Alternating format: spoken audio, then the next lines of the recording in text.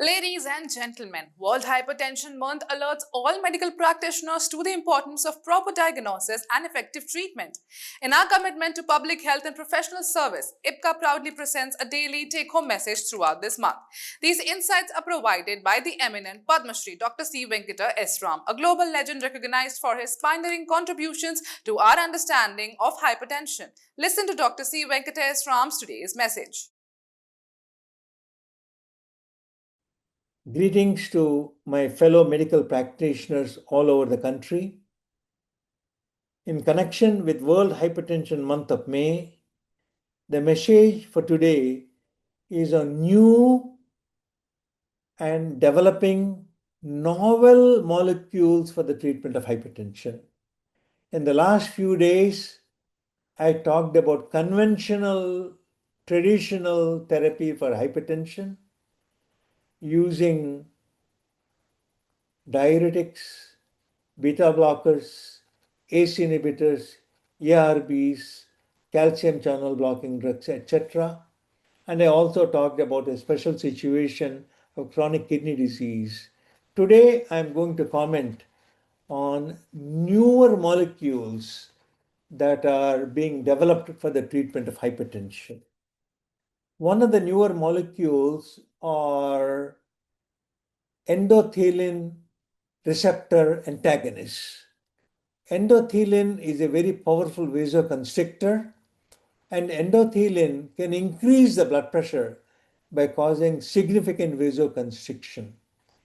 In US and also in some European countries, endothelin antagonists have been approved for the treatment of resistant hypertension.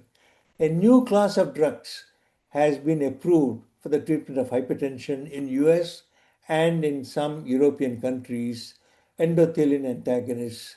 They are quite useful in the treatment of resistant hypertension because they reverse vasoconstriction caused by endothelin. A new class of drugs, hopefully endothelin antagonists will be available in India in the future for the treatment of resistance or difficult to treat hypertension. There is another class of drugs that is being developed rapidly, and these are the drugs called mRNA interference. mRNA interference drugs. Example of this is zilebesiran. Zilebesiran is an mRNA interference substance. It blocks the generation of angiotensin from the liver. So the renin-angiotensin system starts with the formation of angiotensinogen in the liver. Angiotensinogen is converted to angiotensin 1 to angiotensin 2 and to cause vasoconstriction downstream. The main basis for activation of renin-angiotensin system is by angiotensinogen generation in the liver. Zilebesiran is a drug that blocks angiotensinogen generation in the liver. So the first steps in the formation of renin-angiotensin system is blocked by zilebesiran. It is an experimental drug. Studies have shown one injection of zilebesiran has an antihypertensive effect that lasts for 6 to 9 months. So one of the unique things of zilebesiran is it is an injectable drug, and one injection can have a blood pressure effect for about 6 or 9 months or longer. There is still a lot of research going on. So far, it appears to be quite safe. Clinical trials have shown that it is well tolerated by the patients, it's quite safe, no dangerous effects have been shown, but research is still going on how to apply zilebesiran as an injectable drug for the treatment of hypertension. Another class of drugs that are being developed are called aldosterone synthase inhibitors. At the present time, we have aldosterone antagonists such as spironolactone or eplerenone that can cause side effects.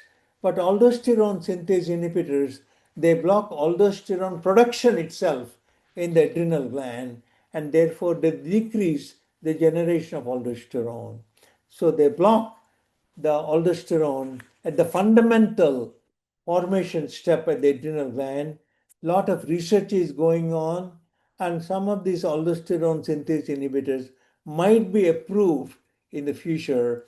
Right now, they are not approved for the treatment of hypertension, but there is enough accumulating evidence that they might be approved in the future for the treatment of hypertension. So, ladies and gentlemen, in the new and novel developing molecules for the treatment of hypertension, I covered endothelin antagonists, I covered mRNA interference antihypertensive drugs such as zilebesiran. Then I also commented on aldosterone synthase inhibitors for the treatment of hypertension.